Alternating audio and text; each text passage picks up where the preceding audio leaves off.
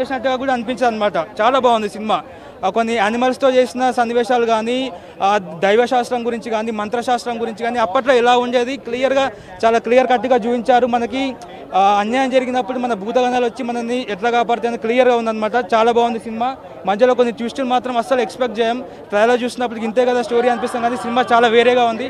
అందరూ వచ్చి విట్నెస్ చేయండి కాంతారాని, ఆ కాంతార వరల్లో మునిగిపోండి. ఓం నమ శివాయ. వెళ్ళిపోయి అందరూ వెళ్ళిపోండి. నువ్వు తినది కానీ భయ్యా ఇప్పుడే పోయా కాంతారా చాప్టర్ 1 సినిమా చూశాను భయ్యా. చూసినా సేపు ఓ ఏంది భయ్యా అది, ఆ సౌండ్ ఏంది, ఆ బీజిఎం, ఆ యాక్టింగ్, రిషబ్ శెట్టి అన్న చింపేశాడు భయ్యా. యాక్టింగ్ అయితే ఎర్రగా చేసాడంతే. ఇప్పుడు చెప్తున్నా, ఇప్పుడు సినిమా, ఈ సినిమా మాత్రం ఖచ్చితంగా 1,00,000 కోట్లు పక్క భయ్యా. ఈ సినిమా ప్రభాస్ అన్నగానా, ఇదే సినిమా గానా ప్రభాస్ అన్నను కానీ పెట్టి కానీ తీసుకుంటే 1,00,000 కోట్లు పక్క అంతే. కానీ కాంతార కాబట్టి ఈ సినిమా కన్నడ.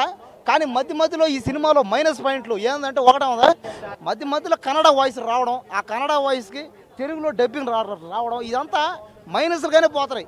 దయచేసి తెలుగులో సినిమా డబ్బింగ్ కొట్టినప్పుడు, సినిమా డబ్బింగ్ తీసినప్పుడు తెలుగులోనే పెట్టండి. కన్నడ పెట్టి తెలుగు అక్షరాలు వేసి అది కరెక్టే కాదు. అది తెలుగులో డబ్బింగ్ సినిమా పెట్టినప్పుడు తెలుగులోనే రావాలంతే ఆ సినిమా. ఇప్పుడు తెలుగు సినిమాని చాలామంది బాయ్కాట్ అంటారు, అయినా కూడా చూస్తాం అందరం. దేనికి? సినిమా అంటే మాకు ఇష్టం, సినిమా అంటే మాకు ప్రేమ. కాబట్టి సినిమా కోసం మేము ఖచ్చితంగా వచ్చాం, చూసాం. దేవుడు సినిమా చూడండి, భక్తులు ఎక్కువ ఈ సినిమాకి. నాకు దెయ్యం పట్టింది, వదిలిపోయింది ఇప్పుడు అది, ఆ దెయ్యం. కాబట్టి సినిమా అయితే హైలైట్ సూపర్గా ఉంది. కానీ దయచేసి సినిమా తీసేటప్పుడు తెలుగులోనే పక్కగా తీయండి. కన్నడాలు పెట్టి తెలుగులో వేసుకొని అట్ట చేయకండి అది.